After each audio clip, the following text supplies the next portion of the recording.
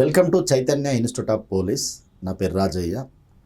So మనం తెలంగాణ చరిత్ర సంస్కృతికి సంబంధించి గత క్లాస్ నుండి ఇంపార్టెంట్ క్వశ్చన్లు, వాటికి సంబంధించినటువంటి ఎక్స్ప్లెనేషన్ గురించి చెప్పుకుంటున్నాం. తెలంగాణ చరిత్ర సంస్కృతికి సంబంధించిన ఎగ్జామ్లో రాదగినటువంటి ప్రశ్నల గురించి, వాటి సమాధానాల గురించి, వాటి వివరణల గురించి చెప్పుకుంటున్నాం. సో మనం గత క్లాస్లో ఒక 20 ఇంపార్టెంట్ క్వశ్చన్ల గురించి చెప్పుకున్నాం. ఇక ఈ క్లాస్ నుండి మిగిలిన క్వశ్చన్ల గురించి చెప్పుకుందాం. సో తెలంగాణ చరిత్ర సంస్కృతి, మనం గత క్లాస్లో కూడా ఈ తెలంగాణ చరిత్ర సంస్కృతికి సంబంధించి చెప్పుకున్నటువంటి విషయం ఏంటంటే, మీరు రాయబోయే ఏ పోటీ పరీక్షలోనైనా ఖచ్చితంగా తెలంగాణ చరిత్ర సంస్కృతి నుంచి 20కి తగ్గకుండా ప్రశ్నలు ఉంటాయి. 20కి తగ్గకుండా ప్రశ్నలు అడిగే అవకాశం ఉంటుంది. అంతకు మించి కూడా ప్రశ్నలు వచ్చిన సందర్భాలు కూడా ఉన్నాయి.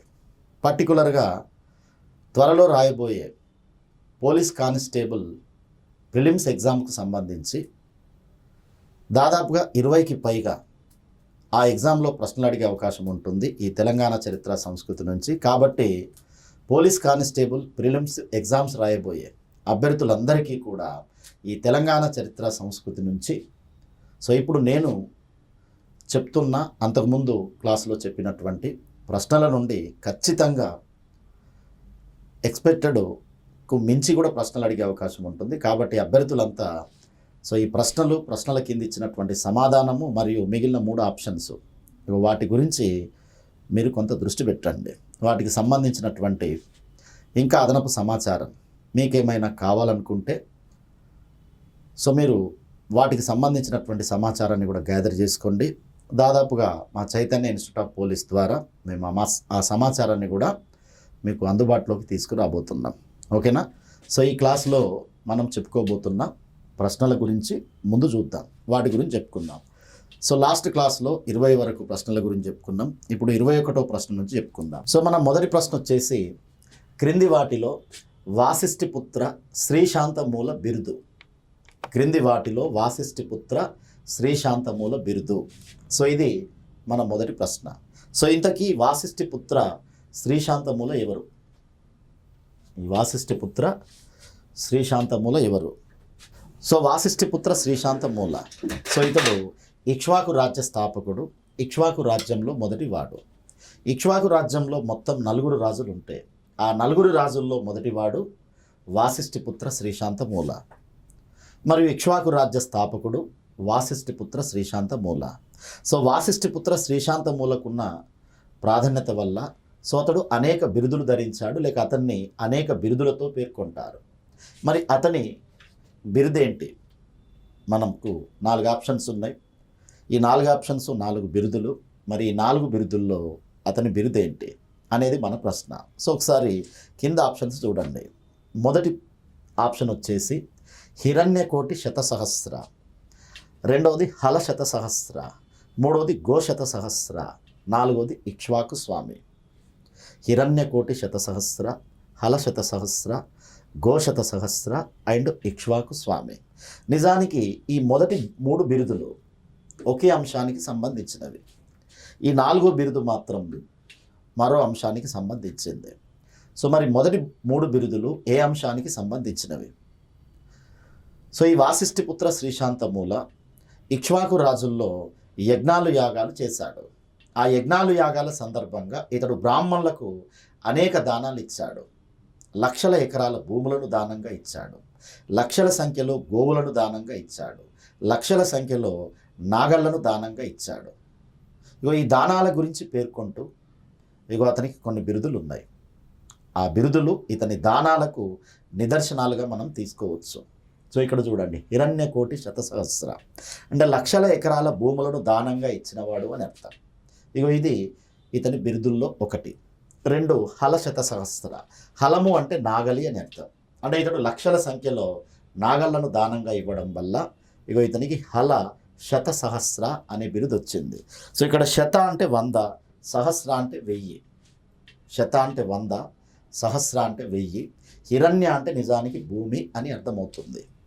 అంటే లక్షల ఎకరాల భూములను దానంగా ఇచ్చినవాడని అర్థం. లక్షల సంఖ్యలో నాగళ్లను శత అంటే 100, సహస్ర అంటే 1000 అని చెప్పుకున్నాం. అంటే 100 వేలు అంటే 1,00,000. సో కాబట్టి లక్షల సంఖ్యలో నాగళ్లను దానంగా ఇచ్చినవాడని అర్థం. లక్షల సంఖ్యలో గోవులను దానంగా ఇచ్చాడు. సో కాబట్టి గోశత సహస్ర అనేది కూడా ఇతని బిరుదే. ఇక ఇక్ష్వాకు రాజుల్లో ఇతన్ని ఇక్ష్వాకు స్వామిగా పేర్కొంటారు. ఇది కూడా ఇతని బిరుదే. అంటే ఈ నాలుగు కూడా ఇతని బిరుదులే. సో కాబట్టి ఆన్సర్ వచ్చేసి డి. ఇందులో కింద ఇవ్వబడినటువంటి 4 బిరుదులు వాసిష్ఠి పుత్ర శ్రీశాంతమూల ధరించినటువంటి బిరుదులే. కాబట్టి ఆన్సర్ వచ్చేసి డి. సో నెక్స్ట్, క్రింది వారిలో దక్షిణా పదపతి అనే బిరుదు ధరించిన రాజు. దక్షిణ పదపతి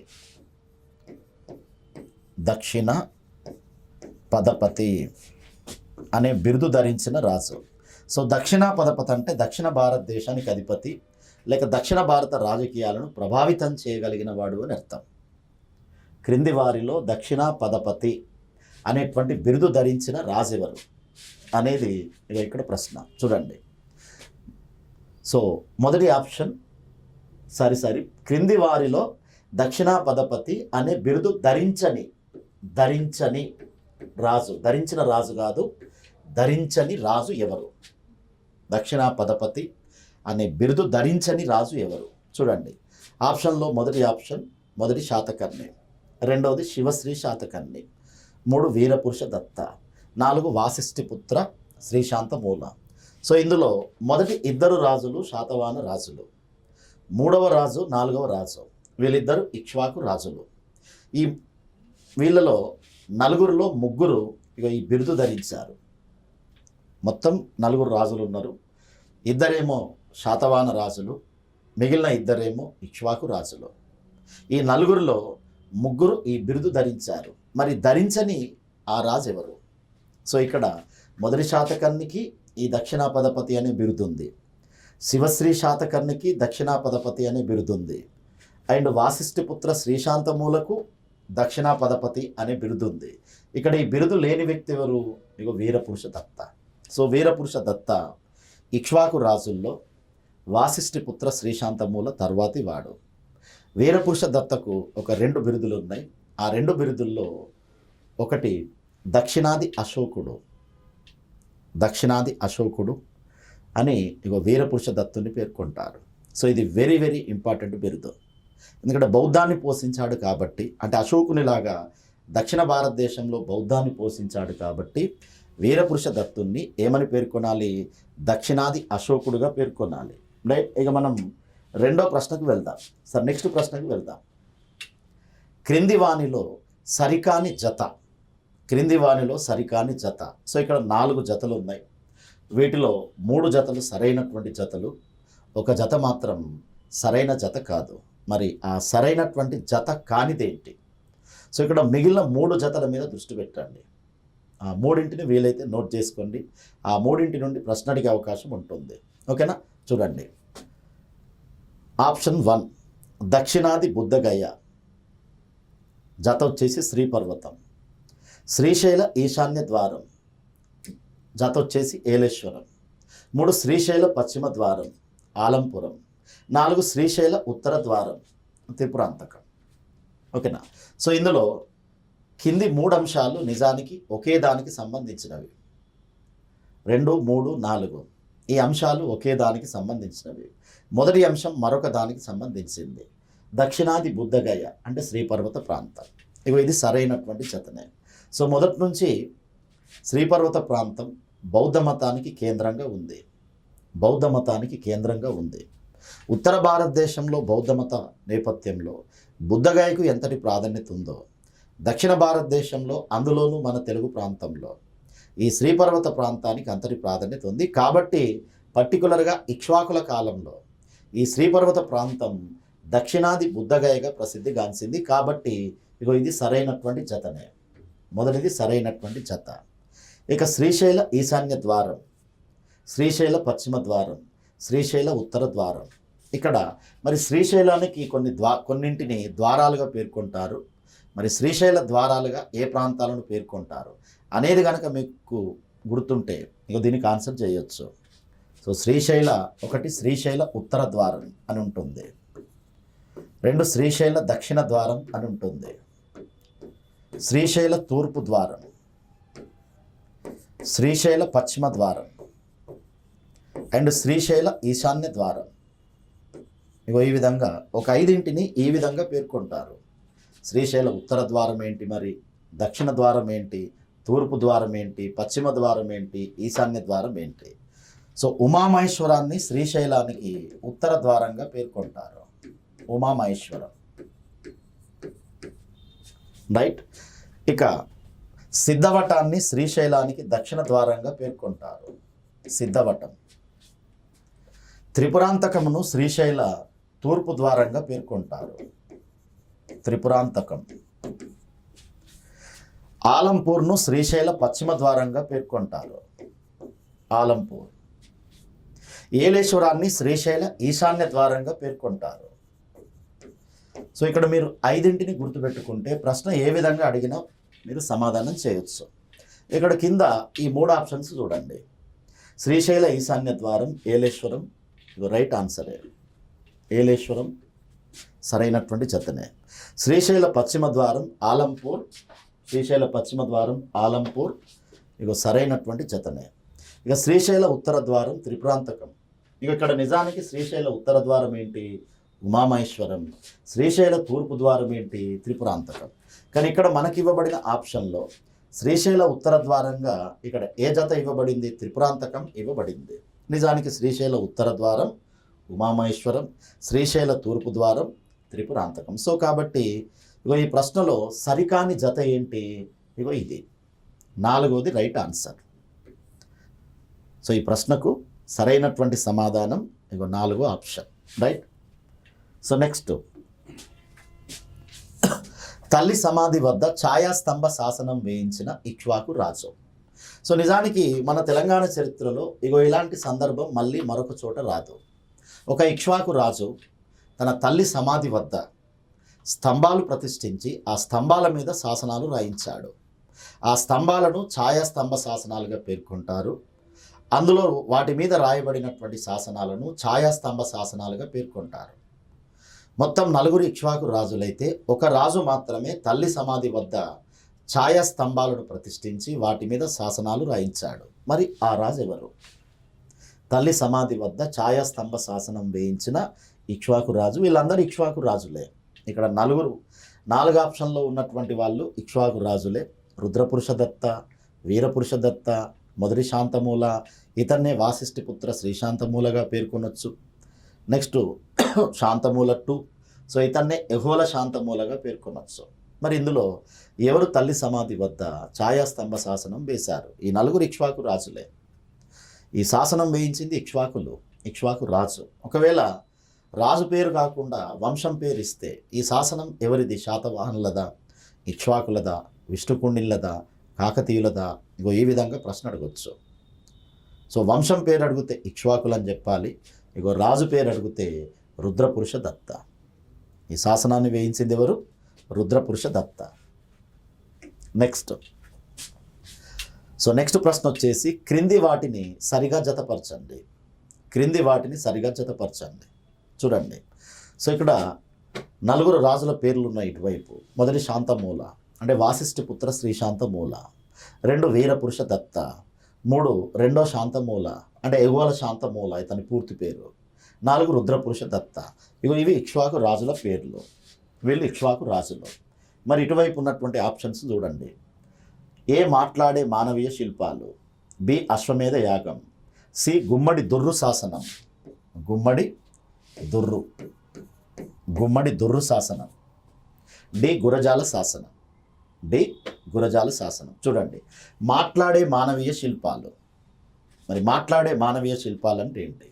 సో ఇక్ష్వాకు రాజుల్లో ఒక రాజు శైవాన్ని వదిలేసి బౌద్ధాన్ని స్వీకరించినట్లుగా కొన్ని శిల్ప ఫలకాల ద్వారా మనకు తెలుస్తున్నాయి, కొన్ని శిల్పాల ద్వారా మనకు తెలుస్తున్నాయి. ముఖ్యంగా ఒక 5 శిల్పాలు ఉంటాయి. ఈ 5 శిల్పాల్లో ఉన్నటువంటి దృశ్యాలు చాలా సహజ సిద్ధంగా ఉంటాయి. సో వాటిని మాట్లాడే మానవీయ శిల్పాలుగా పేర్కొంటారు. ఈ మాట్లాడే మానవీయ శిల్పాలు మరి ఇందులో ఉన్న 4 రాజుల్లో ఎవరికి సంబంధించినవి అంటే సో ఇందులో వీరపురుష దత్తునికి సంబంధించినవి. సో కాబట్టి ఇక్కడ వీరపురుష దత్తునికి సంబంధించి ఏ సరైనటువంటి ఆప్షన్, రైట్. నెక్స్ట్ అశ్వమేధ యాగం. సో ఇక్ష్వాకు రాజుల్లో నలుగురిలో ఒకరు మాత్రమే అశ్వమేధ యాగం చేశారు. మరి అశ్వమేధ యాగం చేసినటువంటి రాజు ఎవరు? ఇక్కడ మొదటి శాంతమూల, ఆప్షన్ వచ్చేసి బి. నెక్స్ట్ గుమ్మడి దుర్రు శాసనం. ఈ గుమ్మడి దుర్రు శాసనాన్ని ఒక ఇక్ష్వాకు రాజు వేయించారు. మరి అతడు ఎవరు? ఇక్కడ రుద్రపురుష దత్త వేయించాడు. సో దీనికి సి ఆప్షన్ అవుతుంది, సి. ఇక నెక్స్ట్ గురజాల శాసనం. గుమ్మడి దుర్రు శాసనాన్ని ఎగువల శాంతమూల వేయించాడు, రెండో శాంతమూల వేయించాడు. గురజాల శాసనాన్ని ఎవరు వేయించారు? రెండో శాంతమూల వేయించాడు. గుమ్మడి దుర్రు శాసనాన్ని రెండో శాంతమూల వేయించాడు. గురజాల శాసనాన్ని రుద్రపురుష దత్త వేయించాడు. ఓకేనా? మరొకసారి చూడండి.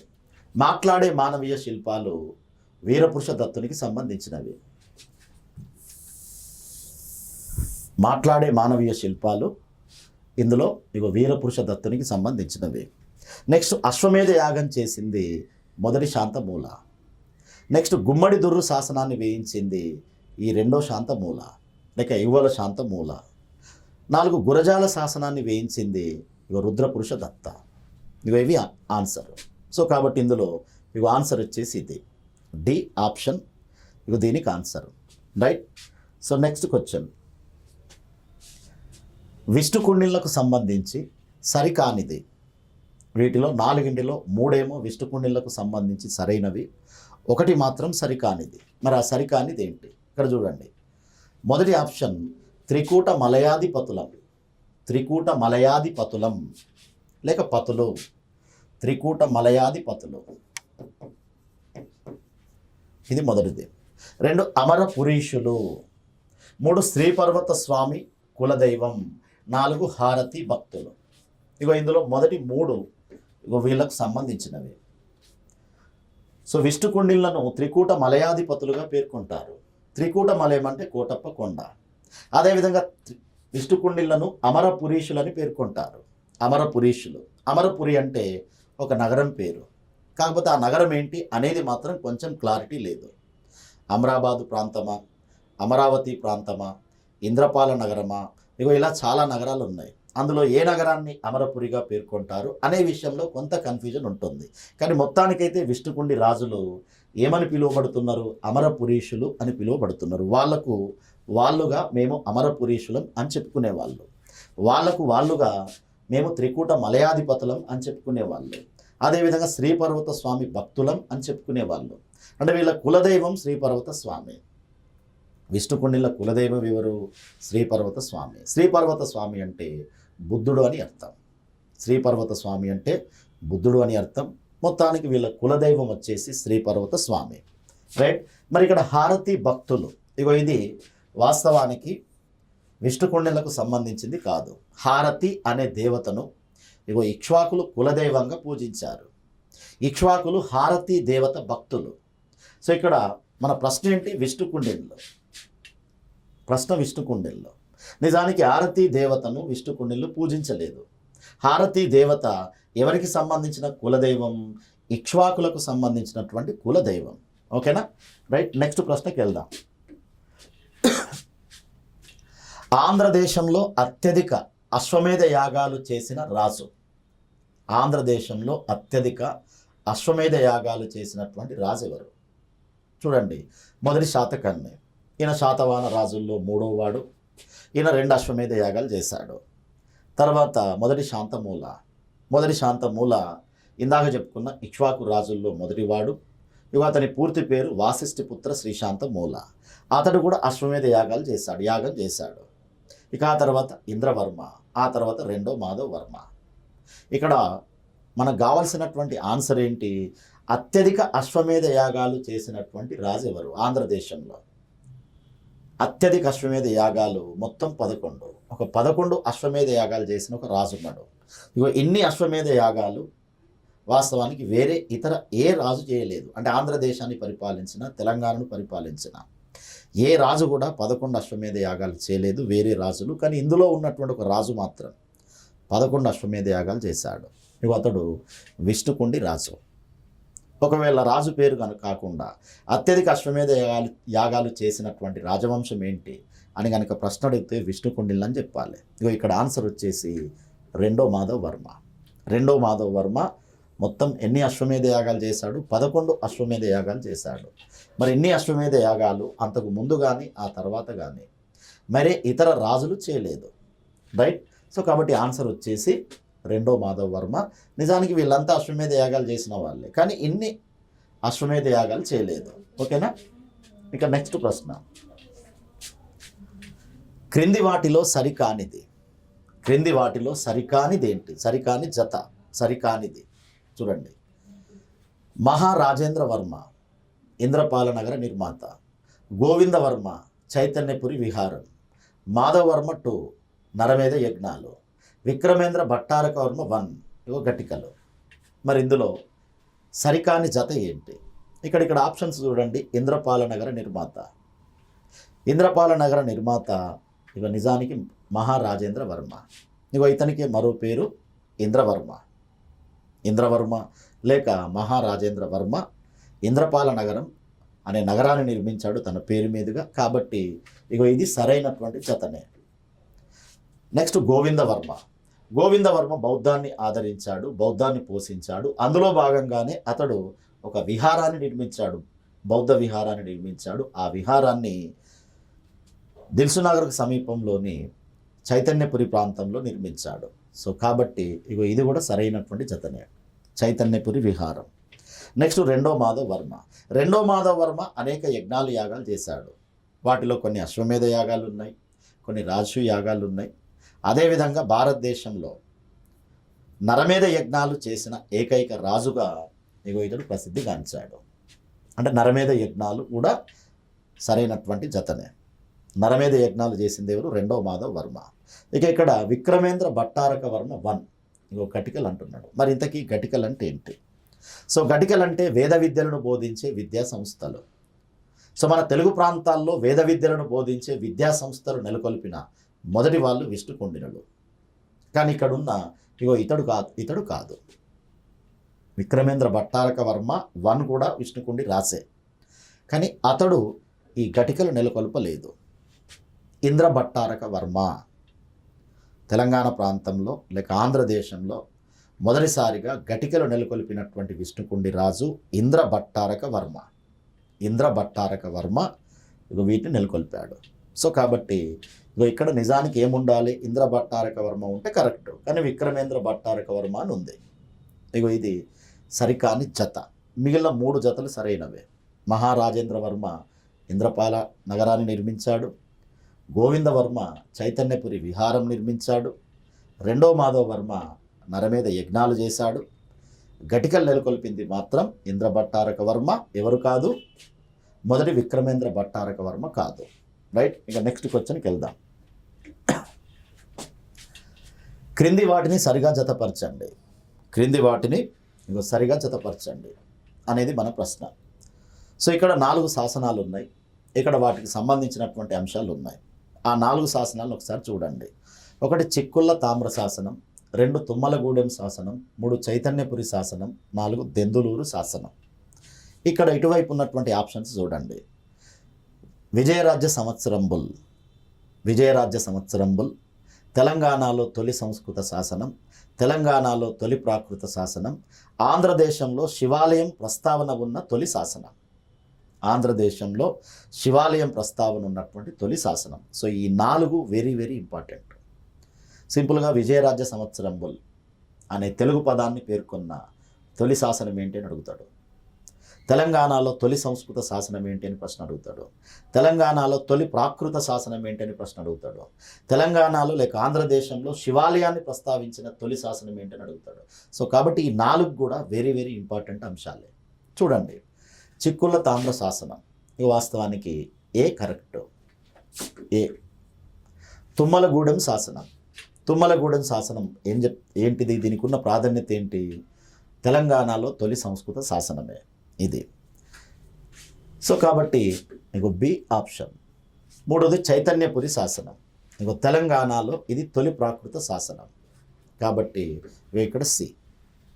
అదేవిధంగా దెందులూరు శాసనం ఆంధ్రదేశంలో శివాలయం ప్రస్తావన ఉన్న తొలి శాసనం. సో కాబట్టి ఇది డి. మరి ఇందులో ఈ నాలుగింటిలో ఆన్సర్ వచ్చేసి ఏ, 1A 2B 3C 4D right.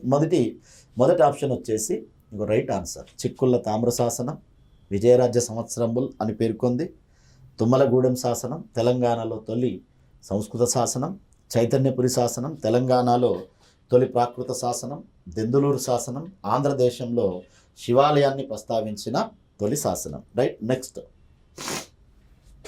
జనాశ్రయ చందో విచ్చిత్తి గ్రంథకర్త. జనాశ్రయ చందో విచ్చిత్తి గ్రంథకర్త. సో ఈ గ్రంథం విష్ణుకుండిల కాలానికి చెందింది. విష్ణుకుండిల కాలం నాటి న్యాయపాలన గురించి పేర్కొంటున్న గ్రంథం. విష్ణుకుండిళ్ళు న్యాయపాలనలో భాగంగా వీళ్ళు దివ్య పరీక్షలను అమలు జరిపే వాళ్ళు. ఆ దివ్య పరీక్షల గురించి విష్ణుకొండి రాజుల యొక్క న్యాయపరమైన తీర్పుల గురించి పేర్కొంటున్నటువంటి గ్రంథమే ఈ జనాశ్రయ చందో విచ్చిత్తి అనేటువంటి గ్రంథం. సో మరి గ్రంథకర్త ఎవరు? గుణస్వామి, మల్లియ రేచన, హరిసేన అండ్ గుణభద్ర. ఇందులో ఆన్సర్ వచ్చేసి గుణస్వామి. ఇది విష్ణుకుండిల కాలం నాటి గ్రంథం, ఆనాటి పరిస్థితుల గురించి పేర్కొంటున్న గ్రంథం రైట్. Next question. దక్షిణ భారతదేశంలో కొండలను తొలిచి గుహాలయాలు నిర్మించిన మొదటి వారు. సో ఇది వెరీ వెరీ ఇంపార్టెంట్. దక్షిణ భారతదేశంలో కొండలను తొలిచి గుహాలయాలు నిర్మించిన మొదటి వారు. ఇక్కడ తెలంగాణను పరిపాలించిన లేక ఆంధ్రదేశాన్ని పరిపాలించిన ఒక 4 వంశాలు ఉన్నాయి. వాటిలో మొదటిది ఇక్ష్వాకు వంశం, 2 విష్ణుకొండి వంశం, 3 శాలంకాయనులు, 4 వేములవాడ చాళుక్యులు. మరి ఇందులో ఎవరు? దీని ఆన్సర్ వచ్చేసి విష్ణుకుండిళ్ళు. తెలంగాణ ప్రాంతం లేక ఆంధ్రదేశంలో మొదటిసారిగా కొండలను తొలిచి గుహాలయాలు నిర్మించిన ఘనత విష్ణుకుండిలకే దక్కుతుంది రైట్. సో నెక్స్ట్ ప్రశ్న. ఈ క్రింది వారిలో వీరి కులదేవత హారతి. ఈ క్రింది వారిలో వీరి కులదేవత హారతి. ఇక్ష్వాకులు, విష్ణుకుండిళ్ళు, చాళుక్యులు అండ్ కందూరు చోళులు. ఇక్ష్వాకులు, విష్ణుకుండిళ్ళు, చాళుక్యులు అండ్ కందూరు చోళులు. అయితే సో ఈ ప్రశ్నకు సంబంధించి కింద ఆప్షన్స్లో నిజానికి చిన్న క్లారిటీ మిస్ అయింది. దీన్ని జాగ్రత్తగా అర్థం చేసుకోండి.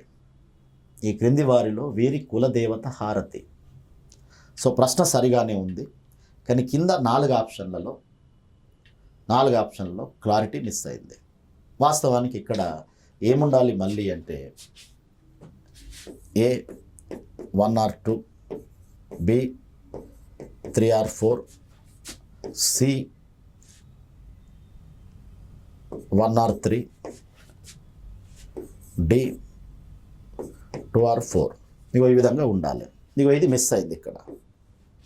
సో దీన్ని జాగ్రత్తగా గమనించండి. ఇక్కడ ఇబ్బంది ఏం లేదు. సో చిన్న టెక్నికల్ మిస్టేక్ ఇది. సో దీన్ని గమనించండి. ప్రశ్న ఏంటి? క్రింది వారిలో వీరి కులదేవత హారతి. మరి ఇందులో నిజానికి ఈ 4 వంశాలలో 2 వంశాలు హారతీ దేవతను పూజించాయి. హారతీ దేవతను కులదేవతగా భావించారు. ఈ 2 వంశాలు నిజానికి ఒకటి ఇక్ష్వాకు వంశం, రెండవది చాళుక్య వంశం. ఇక్ష్వాకుల కులదేవత హారతీ దేవత, చాళుక్యుల కులదేవత కూడా హారతీ దేవత. సో కాబట్టి ఇక్కడ ఆన్సర్ వచ్చేసి సి. ఇక్కడ సి ఆన్సర్ చేసుకోండి. అంటే వీళ్ళిద్దరి కులదేవత హారతీ దేవత. ఓకేనా రైట్. నెక్స్ట్ ప్రశ్న. ఈ క్రింది వారిలో సపాదలక్ష దేశాన్ని పరిపాలించింది ఎవరు? సపాదలక్ష దేశం. సో సపాదలక్ష దేశం అంటే 1,25,000, 1,25,000 ఆదాయం ఇచ్చే దేశం అని అర్థం. ఇది వాస్తవానికి కన్నడ పదం. ఈ సపాదలక్ష దేశం అంటే నిజానికి నిజామాబాదు ప్రాంతం. నిజామాబాద్, కరీంనగర్ ఇవా ప్రాంతాల్లో అంటే ఉమ్మడి నిజామాబాద్, ఉమ్మడి కరీంనగర్ ప్రాంతాలను సపాదలక్ష దేశంగా చాళుక్య యుగంలో పిలిచేవారు. సపాదలక్ష దేశం అంటే 1,25,000 ఆదాయం వచ్చేటటువంటి ప్రాంతం అని అర్థం. మరి ఆ ప్రాంతాన్ని పరిపాలించింది ఎవరు? ఇందులో విష్ణుకుండిళ్ళ, వేములవాడ చాళుక్యుల, ముదిగొండ చాళుక్యుల అండ్ కందూరు చోళుల? సో ఆన్సర్ వచ్చేసి వేములవాడ చాళుక్యులు. ఈ సపాదలక్ష దేశమని నిజామాబాద్, కరీంనగర్ ప్రాంతాలను వాస్తవానికైతే ఎవరు పిలిచేవాళ్ళు? రాష్ట్రకూటులు పిలిచేవాళ్ళు. ఆ రాష్ట్రకూటులకు సామంతులుగా ఆ సపాదలక్ష దేశాన్ని పరిపాలించినటువంటి వాళ్ళు ఈ వేములవాడ చాళుక్యులు. కాబట్టి సపాదలక్ష దేశాన్ని పరిపాలించింది ఎవరు? వేములవాడ చాళుక్యులు. ఇక నెక్స్ట్ ప్రశ్న, ఈ క్రింది వాటిలో వర్తకులు పూజించే దేవుడి ఆలయం? క్రింది వాటిలో వర్తకులు పూజించే దేవుడి ఆలయం. ఇది వేములవాడ చాళుక్యుల కాలానికి చెందింది. ముఖ్యంగా వేములవాడలో నిర్మించబడ్డ ఆలయాలలో ఒక ఆలయం ప్రత్యేకంగా వర్తకుల కొరకు నిర్మించబడింది. ఆలయంలో ఎక్కువగా వర్తకులు వెళ్ళేవాళ్ళు, అక్కడి దేవుణ్ణి వర్తకులు పూజించేవాళ్ళు. అది వర్తకుల ఆలయంగా ప్రసిద్ధిగాంచింది. మరి ఇందులో ఏ ఆలయాన్ని వర్తకులు పూజించే దేవుడు కొలువైనటువంటి ఆలయంగా పిలిచేవాళ్ళు? వాస్తవానికి ఇవన్నీ కూడా వేములవాడ చాళుక్యుల కాలంలో వేములవాడలో నిర్మించబడ్డ ఆలయాలే. బద్దిగేశ్వర ఆలయం, ఆదిత్యాలయం, శుభధామ జినాలయం. సో ఇవన్నీ కూడా వేములవాడ చాళుక్యుల కాలం నాటి ఆలయాలు. కానీ ఇందులో ప్రత్యేకంగా ఈ ఆలయాన్ని ఈ విధంగా పిలిచేవాళ్ళు, వర్తకుల ఆలయంగా పిలిచేవాళ్ళు. సో కాబట్టి ఇక్కడ ఈ కాన్సెప్ట్ వెరీ వెరీ ఇంపార్టెంట్ అవుతుంది. వర్తకుల ఆలయం ఏంటి అని అడగచ్చు. లేక ఒక ఆలయం ఈ ఆలయాన్ని ఎవరి ఆలయంగా పిలిచేవాళ్ళు అని కూడా అడగచ్చు. ఓకేనా? రైట్. నెక్స్ట్ ప్రశ్న, క్రింది వాటిలో పంపకవికి సంబంధించి సరికానిది పంపకవి. మరింతకి పంపకవి ఎవరు?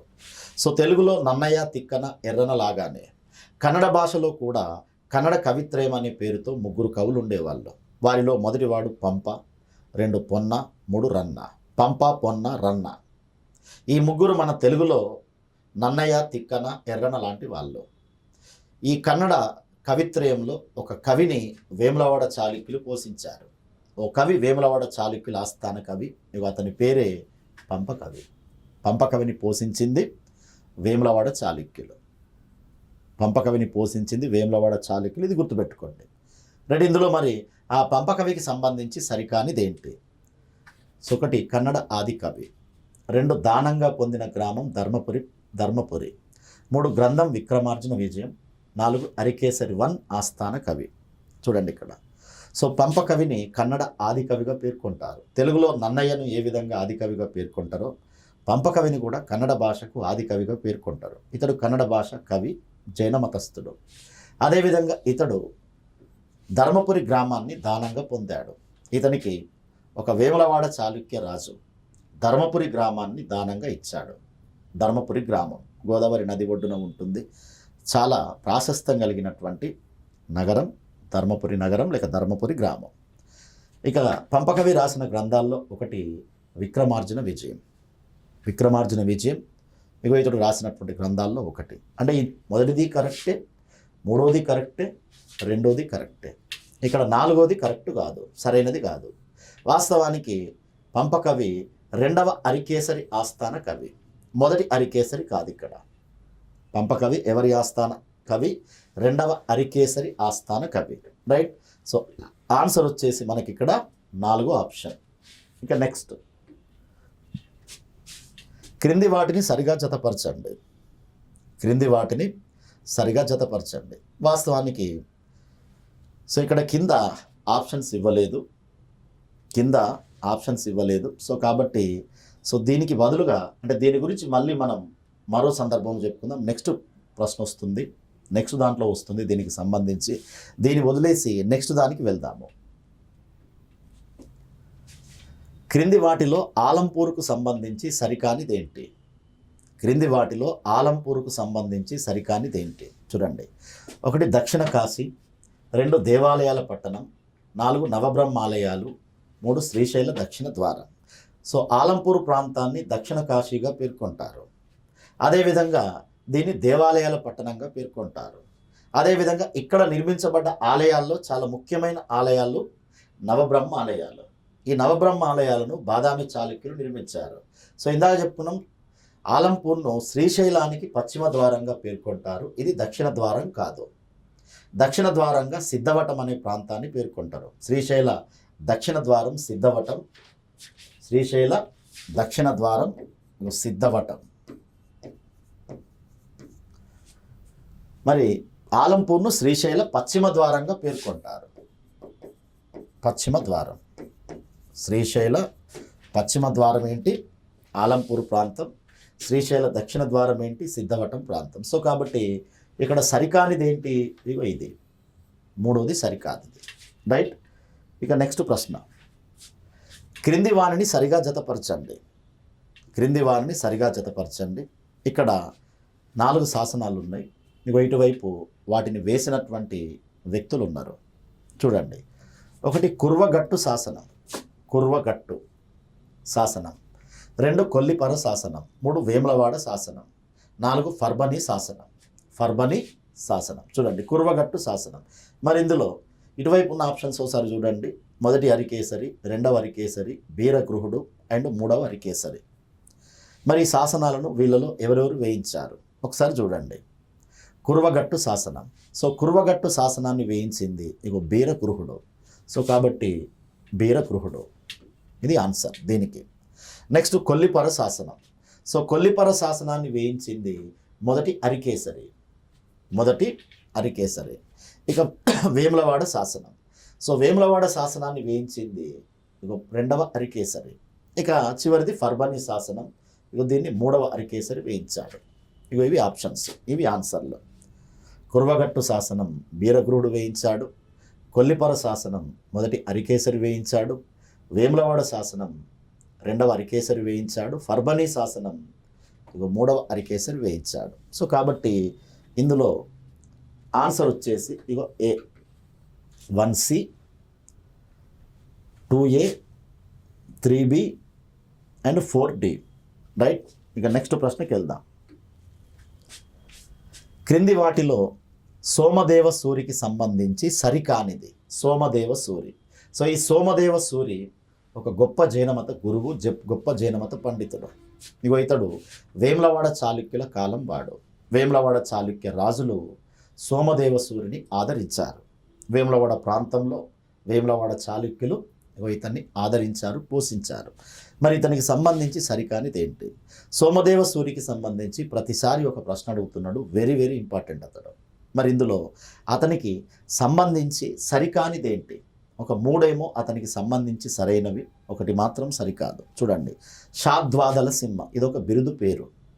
2 తార్కిక చక్రవర్తి ఇది కూడా బిరుదే. 3 కవిరాజు ఇగో ఇది కూడా బిరుదే. అంటే ఇవి 3 కూడా బిరుదులే.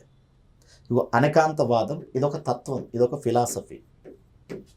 ఈ అనకాంతవాదం జైన మతంలో ఒక తత్వం, జైన మతంలోని ఒక తత్వం. ఇగో దీన్ని మన తెలుగు ప్రాంతాల్లో శాతవాహన కాలంలో కొండకుందాచార్య బోధించాడు. ఇగో ఇతడు కాదు, ఇతడు అనకాంతవాదాన్ని బోధించలేదు. అనకాంతవాదం అంటే ఒక తత్వం జైనంలో. సో దీని యొక్క కాన్సెప్ట్ ఏంటంటే జ్ఞానం అనేది అనేక రూపాల్లో ఉంటుంది. అనకాంతవాదం యొక్క కాన్సెప్టు జ్ఞానం అనేది అనేక రూపాల్లో ఉంటుంది, అంటే మల్టీ డైమెన్షన్లో ఉంటుంది. సో కాబట్టి ఇక్కడ సోమదేవ సూరికి సంబంధం లేనిది అనకాంతవాదం. సో ఇతని బిరుదుల్లో ఒకటి శాద్వాదల సింహ, 2 కవిరాజు, 3 తార్కిక చక్రవర్తి. ఈ 3 కూడా అతనికి సంబంధించిన బిరుదులే, రైట్. ఇక నెక్స్ట్ ప్రశ్నలోకి వెళ్దాం. క్రింది వాటిలో సరైన జత చూడండి. సో తొలి తెలుగు చందో గ్రంథం కవి జనాశ్రయ. తొలి తెలుగు కందపద్యం కురిక్యాల శాసనం. తెలంగాణ తొలి తెలుగు గద్య శాసనం కొరివి శాసనం. తొలి కన్నడ సంస్కృత పద్యాల శాసనం ముగిలిచల్ల శాసనం. సో సారీ, నిజానికి ఇక్కడ ప్రశ్నలో చిన్న మిస్టేక్ ఉంది. క్రింది వాటిలో సరైన జత కాదు, ఇది సరికాని జత ఏది? సరికాని జత, ఇది ప్రశ్న. ఈ విధంగా ఉండాలి. క్రింది వాటిలో సరికాని జత, ఇందులో 3 జతలు సరైనవి, ఒకటి మాత్రం సరికాదు. చూడండి, తొలి తెలుగు చందో గ్రంథంగా కవి జనాశ్రయ అనే గ్రంథాన్ని పేర్కొంటారు. తొలి తెలుగు కందపద్యం ఉన్న శాసనం కుర్క్యాల శాసనం. అదేవిధంగా తెలంగాణ తొలి తెలుగు గద్య శాసనం, తెలంగాణ తొలి తెలుగు గద్య శాసనంగా కొరివి శాసనాన్ని పేర్కొంటారు. కానీ ఇక్కడ తొలి కన్నడ సంస్కృత పద్యాల శాసనంగా మొగిలిచల్ల శాసనాన్ని పేర్కొన్నారు.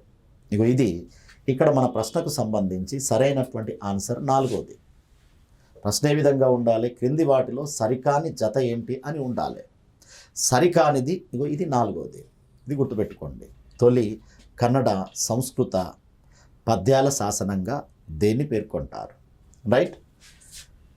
నెక్స్ట్ ప్రశ్న, కందూరు చోడుల రాజధానులు ఏంటి? కందూరు చోడులు. ఈ కందూరు చోడులు మనకు తెలంగాణ చాళుక్య యుగంలో భాగంగా వస్తారు. ముఖ్యంగా వేములవాడ చాళుక్యులు, ముదిగొండ చాళుక్యులు, కందూరు చోడులు వీళ్ళంతా చాళుక్య యుగంలో భాగంగా తెలంగాణ ప్రాంతాన్ని పరిపాలించారు. మరి కందూరు చోడులకు చాలా రాజధానులు ఉన్నాయి.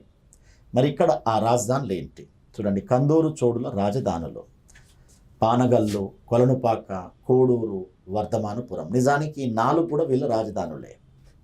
పానగల్లు వీళ్ళ రాజధాని, కొలనుపాక, కోడూరు, వర్ధమానపురం ఇవన్నీ వీళ్ళ రాజధానులే. కాబట్టి ఆన్సర్ వచ్చేసి డి.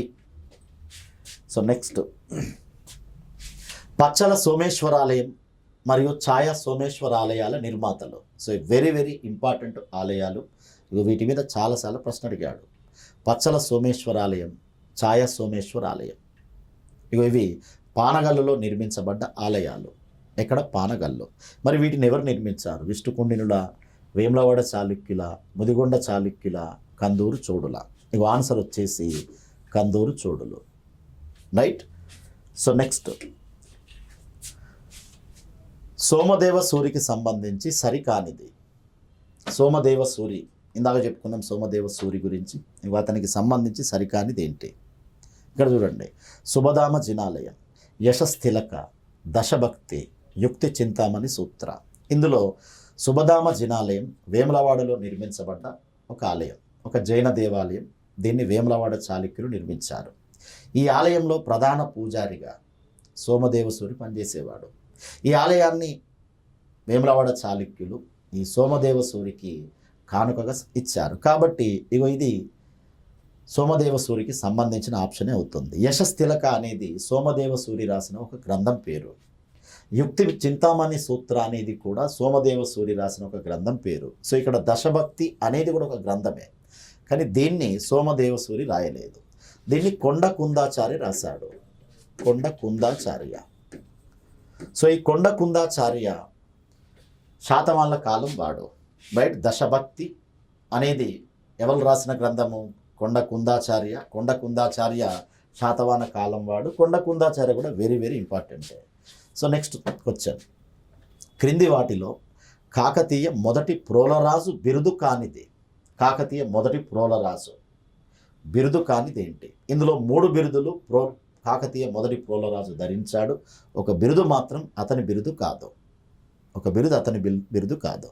మరి ఏంటా బిరుదులు? నిజానికి ఇది కాకతీ వల్లభ అని ఉండాలి. చిన్న స్పెల్లింగ్ మిస్టేకు. మొదటి బిరుదు కాకతీ వల్లభ. కాకతీ వల్లభ ఇది మొదటి బిరుదు. ఇది మొదటి ప్రోలరాజు ధరించిన బిరుదే. రెండవది అరిగజ కేసరి, ఇది కూడా ఇతడు ధరించిన బిరుదే. మూడవది సమధిగత పంచమహ శబ్ద, ఇది కూడా మొదటి ప్రోలరాజు ధరించిన బిరుదే. ఇక్కడ మొదటి ప్రోలరాజు ధరించని బిరుదేంటి? చోళ సమూవార్ధి ప్రమదన. చోళ సమూవార్ధి ప్రమదన. చోళ సమూవార్ధి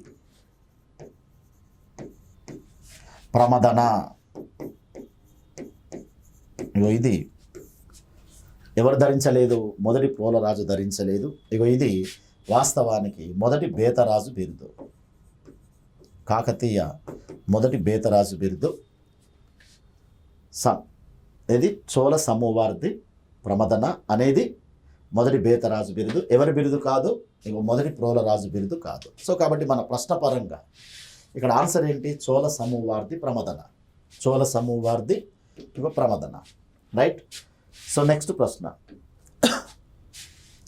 క్రింది వాటిని జతపరచండి. క్రింది వాటిని జతపరచండి.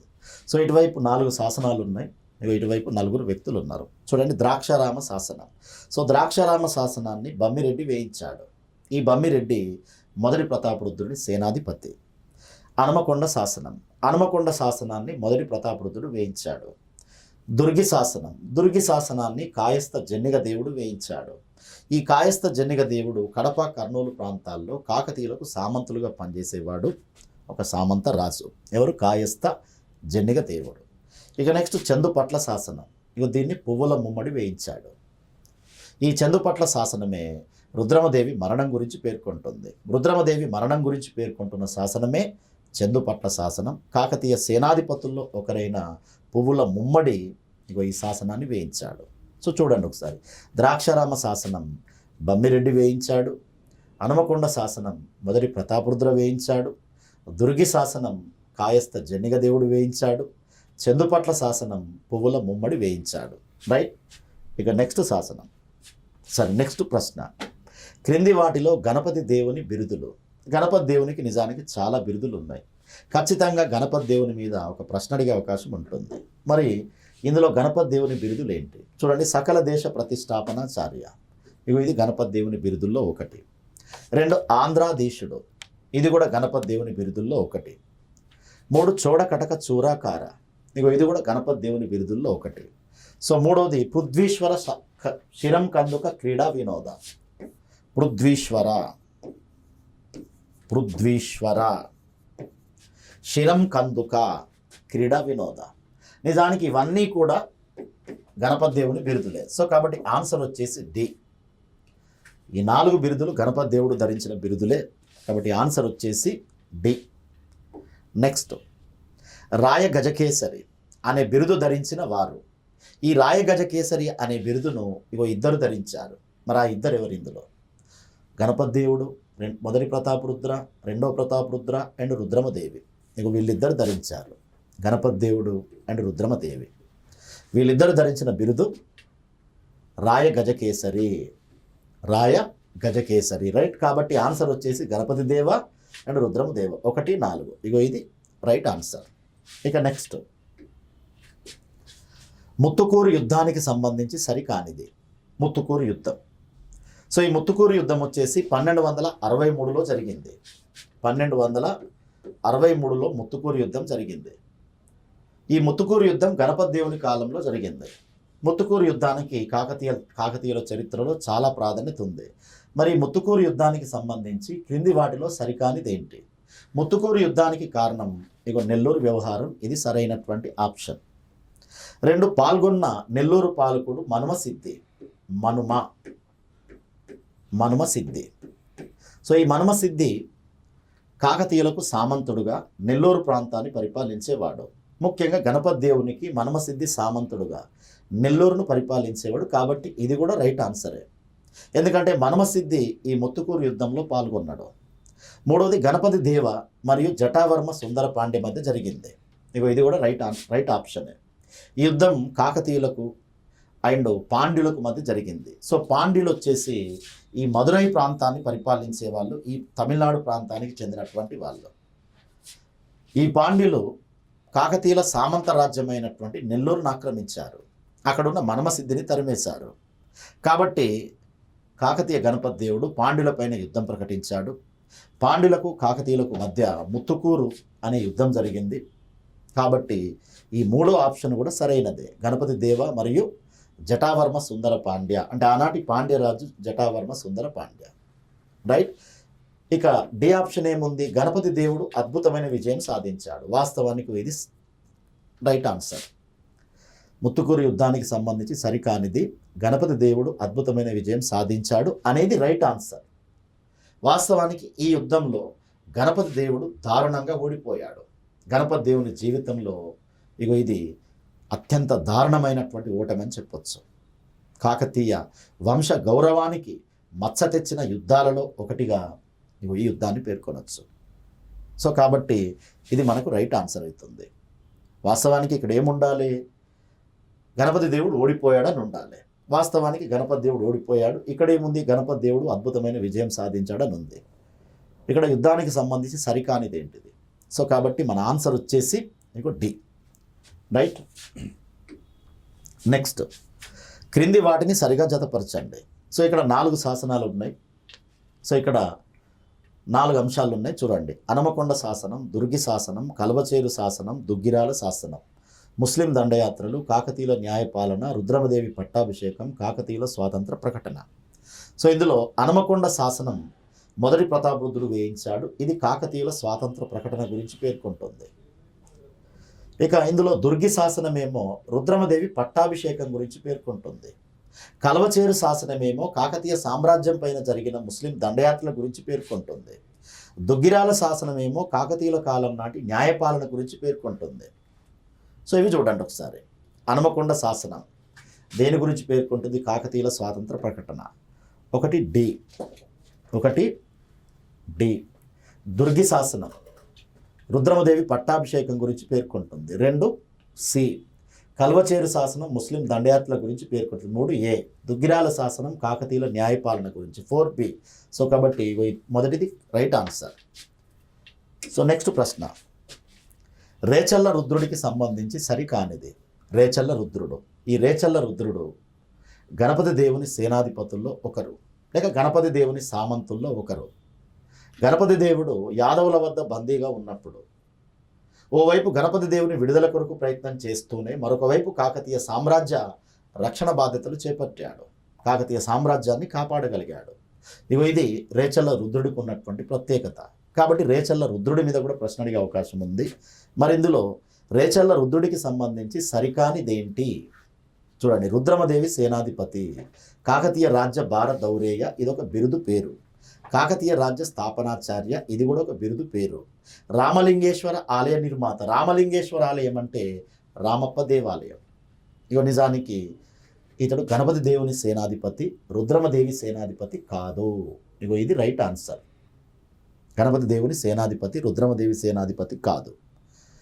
ఇతనికి గణపతి దేవుడు కాకతీయ రాజ్య భారదౌరేయ, కాకతీయ రాజ్య స్థాపనాచార్య అనే 2 బిరుదులు ఇచ్చాడు. అదేవిధంగా రేచల్ల రుద్రుడు రామలింగేశ్వర ఆలయాన్ని నిర్మించాడు, అంటే రామప్ప దేవాలయాన్ని నిర్మించాడు. సో కాబట్టి ఇక్కడ ఆన్సర్ వచ్చేసి రుద్రమదేవి సేనాధిపతి అనేది ఆన్సర్. వాస్తవానికైతే ఇతడు గణపతి దేవుని సేనాధిపతి. రైట్. నెక్స్ట్, రుద్రమదేవి బిరుదులు. రుద్రమదేవి బిరుదులు ఏంటి? సో రుద్రమదేవి కూడా చాలా బిరుదులు ఉన్నాయి. మరి వాటిలో ఇక్కడ 4 చూడండి. ఈ 4 ఆమె బిరుదులు ఏంటి? 1 రాయగజకేసరి, ఆల్రెడీ ఇందాక చెప్పుకున్నాం వాస్తవానికి. 2 రుద్రదేవ మహారాజు. 3 పట్లోధృతి.